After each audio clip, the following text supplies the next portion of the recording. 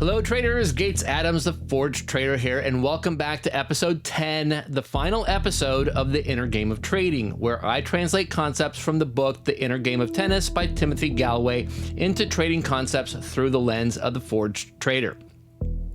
10 episodes, 9 concepts, 1 question running underneath it all. What does it actually look like when the inner game is won? Today, we're going to answer that.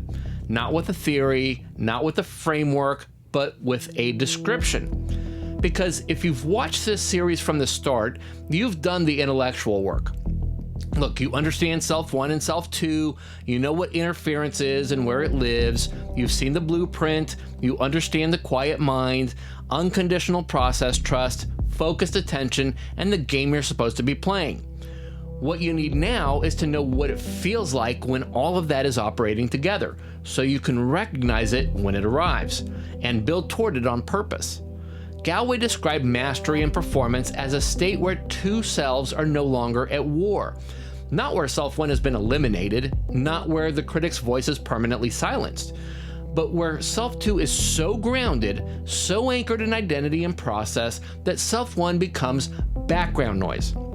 It's still there, the voice still speaks, the blueprint still activates under pressure, the emotions still move, but none of it governs execution anymore.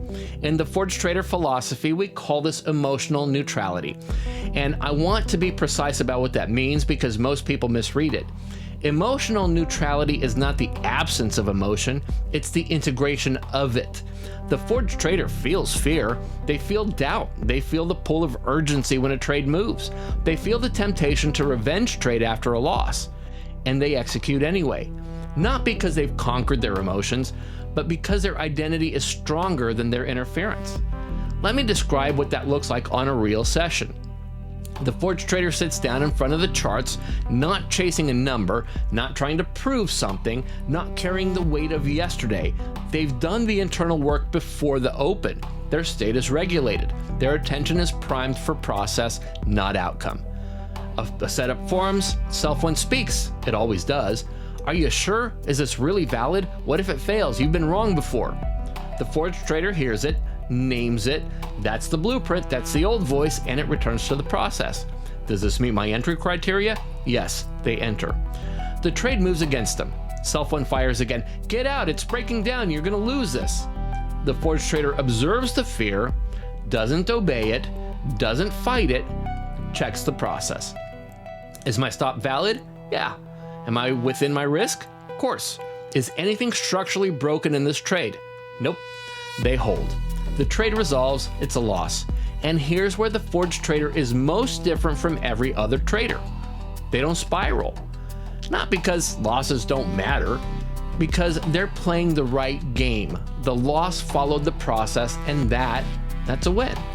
They review it without shame, they extract the data, and they return tomorrow. Same identity, same process, same standard. That's what winning the inner game looks like. It's not perfection. It's not immunity from emotion. It's definitely not a special psychological gift that some traders have and others don't. It's the result of specific work. Seeing the blueprint, reducing the interference, building the quiet mind, trusting the process unconditionally, directing attention to what you can control, and of course, playing the right game. Everything in this series, every concept, every episode, every question was pointing to this. Timothy Gallwey spent decades on a tennis court watching what happened when performers got out of their own way. He called it The Inner Game, he wrote the book, and the truth inside it has never been more relevant than it is for every trader sitting in front of a chart today. We just put it where it belongs, inside your trading, through the lens of the Forge Trader. This series ends here, but the work doesn't have to. If 10 episodes of this content landed something real for you, if you recognize yourself in what we've described, if you can see the blueprint, you understand the interference, and if you're ready to start playing the right game, then I want you to take the next step. Go check out theforgetrader.com/join.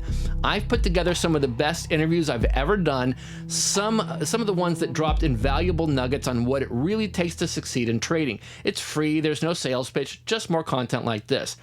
This series was the introduction. What's on the other side of the link is transformation. And if you haven't done so yet, please follow this account because there's more coming. And truly, why haven't you hit that button yet? It costs you nothing, but has such a huge impact on my ability to create more content like this. And I'd like to ask one more thing if I could. Share this series, the full 10 episodes, with every trader you know who's stuck in the same loop, still blaming strategy, still searching for the right indicator, and still wondering why they can't stay consistent. They need this, and now you know why. Galway's insight in the simplest terms possible: the opponent is not across the table from you. The opponent is inside of you. And the day you stop fighting it and start understanding it, that's the day the game changes. The forged trader isn't someone who never struggles, never doubts, never feels the pull of fear under pressure. The forged trader is someone who has done the internal work to know that they know who they are before they ever sit down to trade. Their identity is stronger than their interference. Their process is stronger than their emotion. Their standard is internal. Their game is their own. That's what we're building, and that's what this was all pointing to. The work begins now, and as always, stay forged, and I'll see you in the fire.